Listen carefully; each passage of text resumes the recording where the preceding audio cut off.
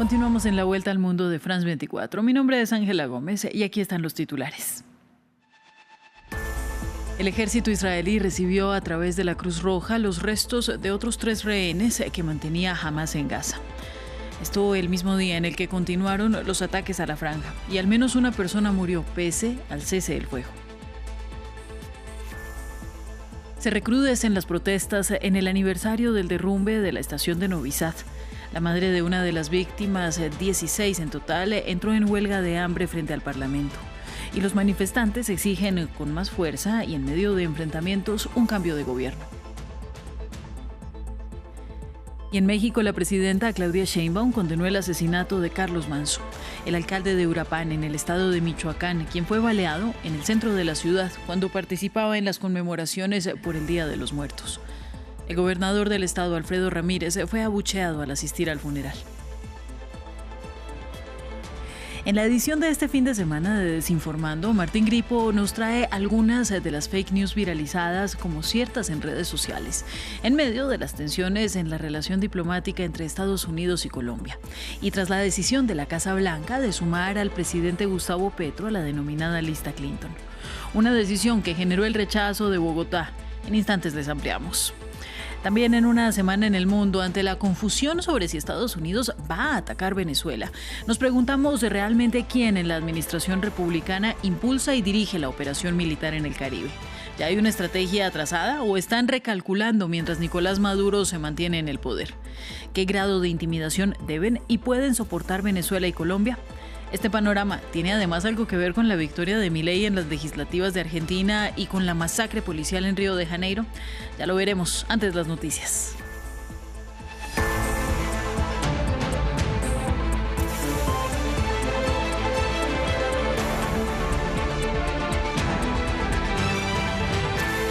Vamos a las noticias. En la Franja de Gaza, el ejército israelí anunció que recibió de la Cruz Roja los restos que entregó Hamás y pertenecían a otros 3 rehenes del grupo islamista que mantenía en el enclave palestino. Esto en medio de la desconfianza suscitada luego de que 3 cuerpos previamente entregados el viernes no pertenecieran a ningún secuestrado, según el análisis forense. Entre tanto, este domingo continuaron los ataques de Israel, que dejaron al menos un muerto, y el Ministerio de Sanidad gazatí señaló que ya son 236 palestinos y palestinas fallecidos en ataques desde la entrada en vigor de la tregua. Continuamos además en la región porque siguen los roces entre Israel y Hezbolá por el cumplimiento del acuerdo de alto el fuego. El gobierno de Benjamín Netanyahu acusó al movimiento islamista de estar intentando rearmarse y señaló al ejecutivo de Beirut de no hacer suficiente para que se cumpla lo firmado en noviembre de 2024. Mientras tanto, Hezbolá realizó las ceremonias fúnebres de las 5 personas que fallecieron el sábado en un ataque israelí y aseguró que Israel es el que no ha cumplido lo pactado. Diego Bassani nos cuenta. Israel aumenta la presión sobre el Líbano para desarmar a Hezbolá. Este domingo, el Ministerio de Defensa israelí acusó al ejecutivo de Beirut de no estar haciendo lo suficiente para cumplir el acuerdo de alto al fuego con Hezbolá. Por la misma vía, el primer ministro advirtió que su ejército está listo para defenderse ante cualquier ataque del movimiento islamista chiita. Hezbolá sigue sufriendo constantes ataques, incluso estos mismos días, pero también está intentando rearmarse y recuperarse. Esperamos que el gobierno libanés cumpla su compromiso, desarmar a Hezbolá.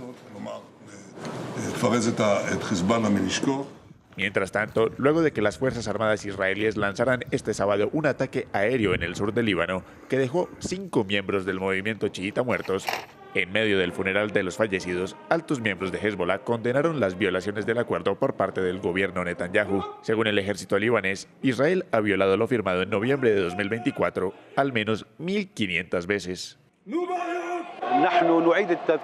Reiteramos que el Líbano ha hecho lo que debía en lo que respecta al cumplimiento de alto el fuego y todas sus disposiciones. Israel no lo ha respetado en absoluto y ni siquiera tiene en cuenta este compromiso. Está intensificando su agresión y empujando al Líbano hacia grandes peligros.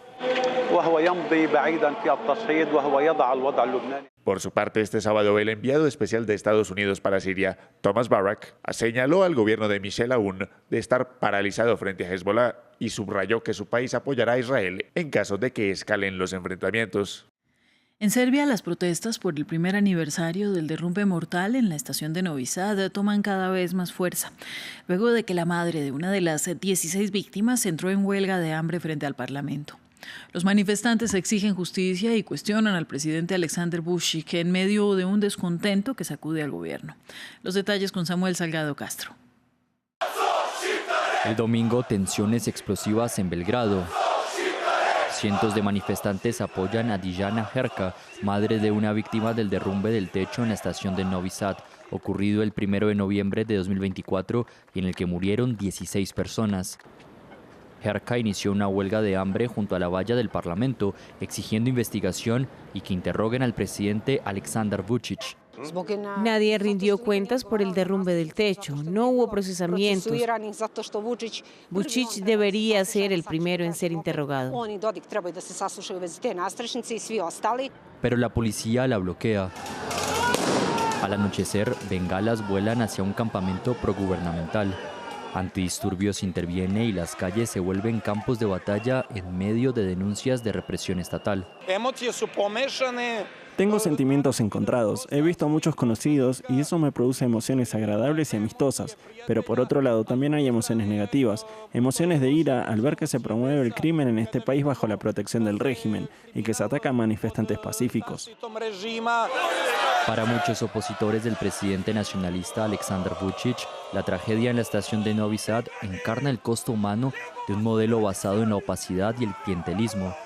El gobierno no acepta las críticas y acusa a los manifestantes de terrorismo. El incidente de Novi Sad ha desencadenado en meses de protestas que exigen elecciones anticipadas y liberaciones de estudiantes antigubernamentales. Cambio de tema, Shein, el gigante chino del comercio en línea, vuelve a ser objeto de críticas. La autoridad encargada de la lucha contra el fraude ha denunciado ante la justicia la venta de muñecas sexuales con carácter pedopornográfico, es decir, muñecas con apariencia infantil. La marca afirma haberlas retirado de su plataforma. Una polémica que estalló tras una investigación del diario Le Parisien que surge pocos días antes de la controvertida apertura de la primera tienda física de Shein en París. Según el diario Le Parisien, en la página web del gigante chino Shein se venden libremente muñecos sexuales pornográficos con la apariencia o aspecto de niños. La Brigada Francesa contra el Fraude ha anunciado que ha informado de ello a la Fiscalía de París. Esta muñeca se ofrecía a un precio de 186 € en el sitio web de comercio electrónico de Shein. Su descripción y categorización en el sitio web no dejan lugar a dudas sobre el carácter pedopornográfico de los contenidos.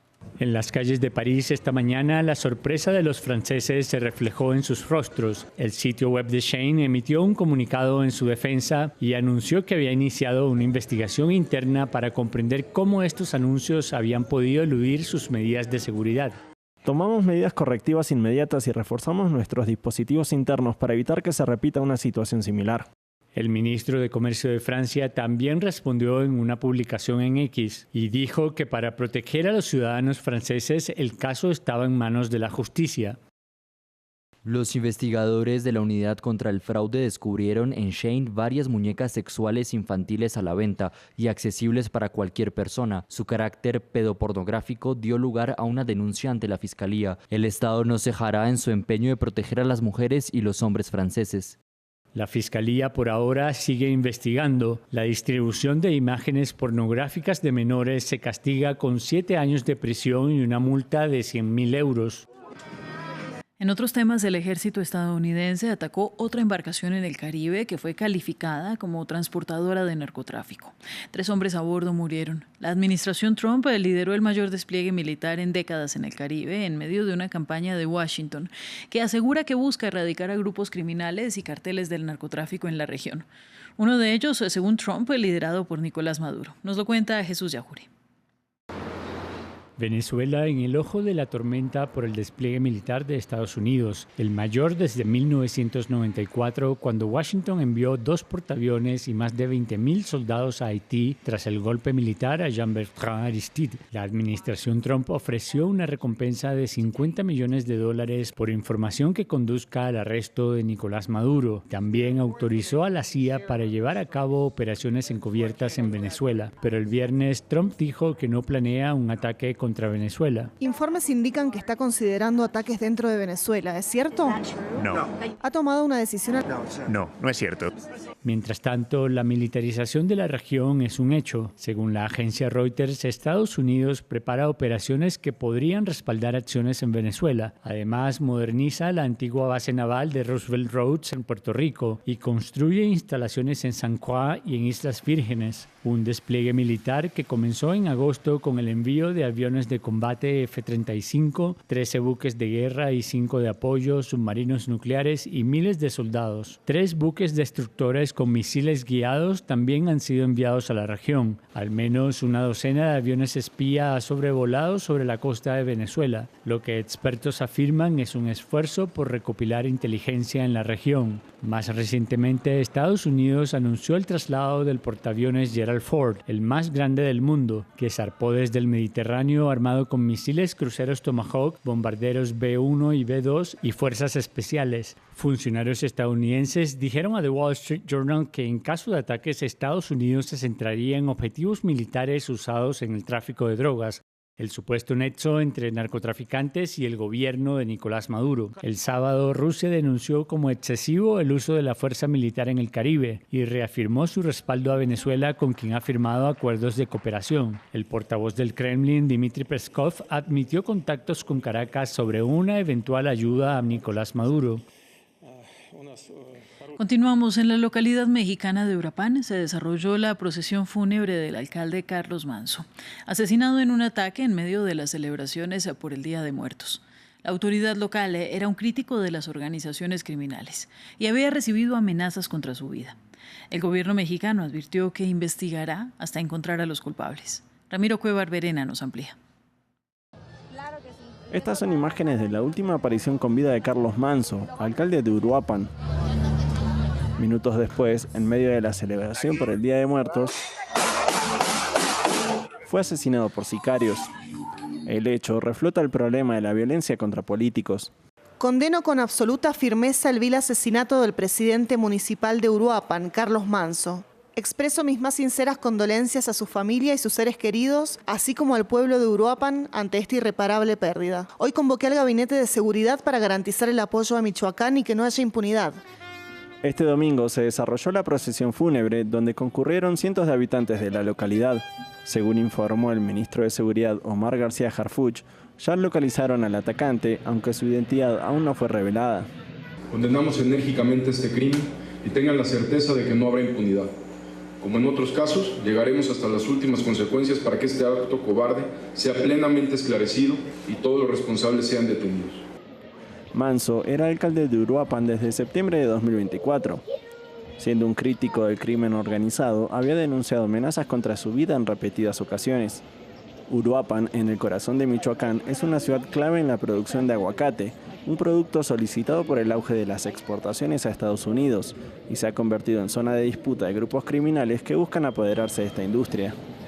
En el Alto, en Bolivia, las familias bailaron y tocaron música en el cementerio Mercedario, honrando a sus seres queridos fallecidos durante la tradicional celebración del Día de Muertos.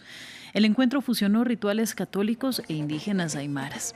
Ofrendas de pan, flores y objetos simbólicos adornaron las tumbas, mientras que guías espirituales encabezaron oraciones para guiar a las almas.